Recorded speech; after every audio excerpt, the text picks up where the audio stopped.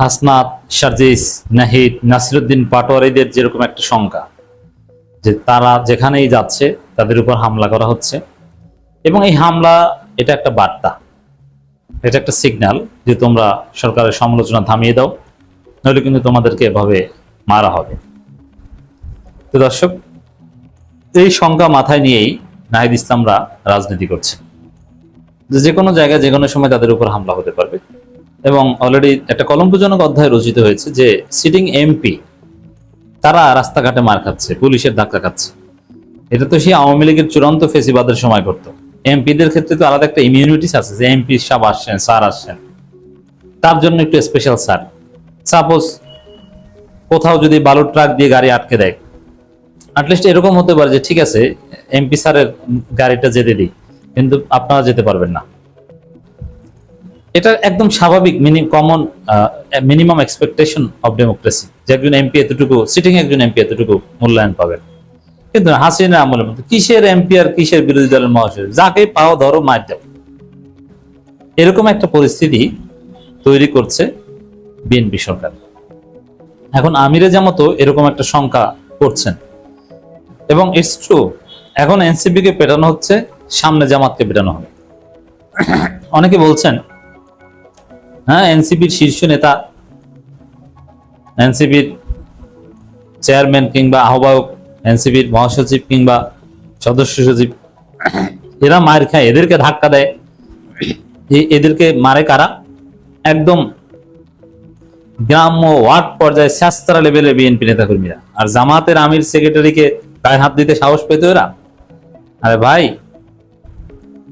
যদি সিদ্ধান্ত নেয় বিএনপি, তাহলে জামাতের আমিরের গায়ে হাত দিতে ওদের একটু বুক কাঁপবে না, কোনো সময় লাগবে না, কেউ ঠেকাতে পারবে না। আওয়ামী লীগের লোকজন ছাত্রলীগের শাস্ত্রা মাওলানা মতিউর রহমান নিজামের গায়ে হাত দিয়েছে না? এটা চাইলেই তারা পারে। সরকারি দলের সন্ত্রাসীদের এরকম কোনো রেসপেক্ট বোধ নাই। আর জামাত পুরনো দল, অবশ্যই এনসিপির চাইতে জামাতের নিরাপত্তা বলয় শক্তিশালী, কিন্তু তারপরও যদি জামাতকে যখন মারতে যাইবে, তখন তো বিএনপির শক্তিও এরকম আরো বেশি নিয়ে আসবে। তখন প্রশাসন যে ভূমিকা পালন করবে আপনি কল্পনা করতে পারবেন না।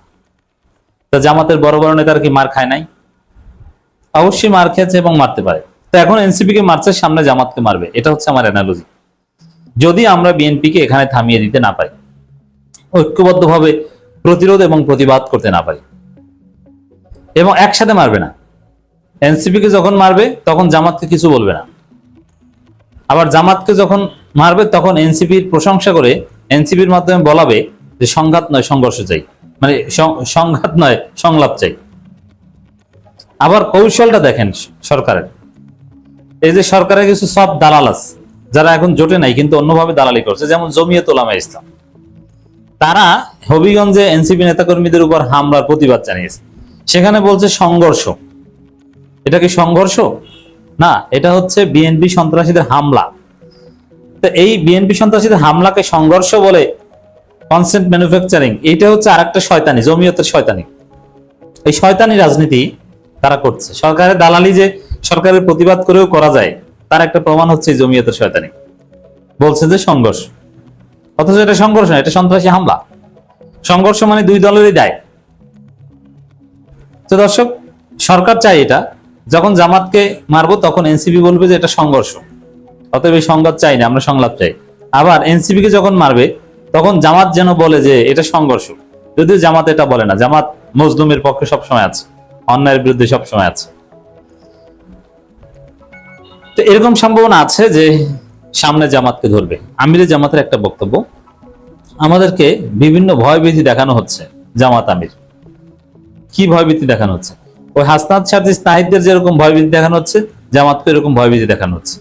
এই ভয়ভীতিটার মূল হচ্ছে যে সরকারের বিরুদ্ধে বাড়াবাড়ি করা যাবে না, জুলাই সনদ, গণভোট, এগুলো নিয়ে বেশি করতে যাবেন তো মাইর খাবেন। এগুলো নিয়ে কথা বলতে গেলে জামাতকে রাজাকার বলে পিটাবে। আর এনসিপি কে তো অভিযোগ একটা দিয়েছে যে নাসিরুদ্দিন পাটোয়ারি অশালীন কথা বলেন, এই কারণে তাকে পিটাও। সরকারি দল পেটাতে চাইলে যৌক্তিকতা লাগে না, তারা পারে, কারণ পুলিশ তাদের পক্ষে। তো দর্শক, এই যে বক্তব্য আমিরে জামাতের, যে আমাদেরকে ভয়ভীতি দেখানো হচ্ছে, কি ভয়ভীতি দেখানো হচ্ছে? এই যে প্রধান বিরোধী দলকে ভয়ভীতি দেখানো, এটা খারাপ আলামত এবং এটা অশনি সংকেত। তো দর্শক, আমিরুল জামাত আরো নানান অভিযোগ করেছেন যে দেশে এখন নির্লজ্জ দলীয়করণ চলছে। নির্বাচন কমিশন সচিবালয়ে নিয়োগ দেওয়া হয় দলের পদধারীকে, নির্বাচন পরিচালনা কমিটি সদস্যকে। বিএনপি নির্বাচন পরিচালনা কমিটির সদস্যকে নিয়োগ দেওয়া হয় বাংলাদেশ ব্যাংকের গভর্নর। আওয়ামী লীগ ফেসিবাদ কায়েম করেছে, কিন্তু এতটা নিচে নামে নাই। তাদের একটা লেভেল ছিল এবং তাদের ফেসিবাদ ছিল স্মার্ট ফেসিবাদ। কিন্তু বিএনপির ফেসিজম হচ্ছে স্যাসরা ফেসিজম, তাদের মধ্যে স্মার্টনেস নাই।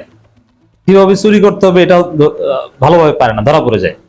একদম পুকুর চলে চোখের সামনে, এটা কি চুরি হয়? চুরি তো করতে হয় গোপনে, কিন্তু আপনি চোখের সামনে থেকে নিয়ে গেলেন, ওটা তো ডাকাতি। বিএনপি ডাকাতি করার চেষ্টা করছে, কিন্তু ডাকাতি করার সক্ষমতা আবার তাদের নেই। জামাত ইসলামের আমির ও জাতীয় সংসদের বিরোধী দলের নেতা ডাক্তার শফিকুর রহমান বলেছেন, জুলাই গণঅভ্যুত্থানের শহীদ ও আহতদের আত্মত্যাগের মূল লক্ষ্য ছিল ফ্যাসিবাদ মুক্ত, বৈষম্যহীন ও ন্যায় ভিত্তিক বাংলাদেশ গঠন।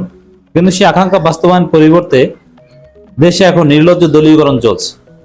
এটা মির্জা ফখরুল ইসলাম আলমগীর স্বীকার করেছেন। তিনি বলছেন যে আমরা সবাই চেয়েছিলাম যে এবার একটা পরিবর্তন হোক, কিন্তু বাস্তবে এখনো কোনো পরিবর্তন হয়নি, পরিস্থিতি সব আগের মতোই আছে। তবে আমাদের আশার জায়গা যে প্রধানমন্ত্রী তিনি ভালো মানুষ, তাকে যদি আমরা সবাই কোঅপারেট করি হয়তো পরিবর্তন হবে। এর মানে এই যে আমিরে জামাতের যে বক্তব্য, দেশে নির্লজ্জ দলীয়করণ, আমাদের আকাঙ্ক্ষা বাস্তবায়ন হয়নি, পরিবর্তন হয়নি, এটা মির্জা ফখরুল ইসলাম আলমগীর ও ফটিকাকে বলে দিয়েছে। আমিরে জামাতের বক্তব্য শতভাগ সঠিক। সরকারি, বেসরকারি, আধা সরকারি প্রতিষ্ঠান, ব্যাংক, বীমা কর্পোরেশন, প্রশাসনে বিভিন্ন গুরুত্বপূর্ণ পদে যোগ্য দেশপ্রেমিকদের সরিয়ে দলীয় বিবেচনায় নিয়োগ দেওয়া হচ্ছে। আমি একদম নাম সহ দেখালাম যে বিএনপির বিভিন্ন কমিটির গুরুত্বপূর্ণ নেতাদের বিভিন্ন সরকারি প্রতিষ্ঠানের এমডি, চেয়ারম্যান এরকম বানিয়ে দেওয়া হয়েছে। যে পদে যাওয়ার কথা অ্যাডমিন ক্যাডারের লোকজন, বিসিএস অ্যাডমিন ক্যাডারের লোকজন, সেখানে বিএনপির সরাসরি পদধারীরা যাচ্ছে। এর মানে রাষ্ট্রীয় প্রতিষ্ঠানগুলোকে ধ্বংস করে দিচ্ছে বিএনপি। আর রাষ্ট্রীয় প্রতিষ্ঠানগুলোকে ধ্বংস করা, এটা হচ্ছে ফেসিবাদের প্রধান অনুষঙ্গ। রাষ্ট্রীয় প্রতিষ্ঠান, গণতান্ত্রিক প্রতিষ্ঠানগুলোকে ধ্বংস করা, দলীয়করণ করা এবং সংবাদপত্র নিয়ন্ত্রণ করা, এটা ফেসিবাদের দুইটা আলামত। এই দুইটাই কিন্তু বিএনপির মধ্যে আছে। আপনারা দেখেছেন যে ফরহাদ হোসেন নামের এক বিএনপির প্রতিমন্ত্রী, তিনি আকাম করে ধরা খেয়েছেন, কিন্তু সমস্ত মিডিয়া সাফাই গিয়েছে, না না ওটা মিথ্যা, ওটা এআই, অথচ ওটা সত্য। এবং ওটা এআই নয়, ওটা সত্য প্রমাণিত হওয়ার পর ওই মিডিয়াগুলো এখন চুপ।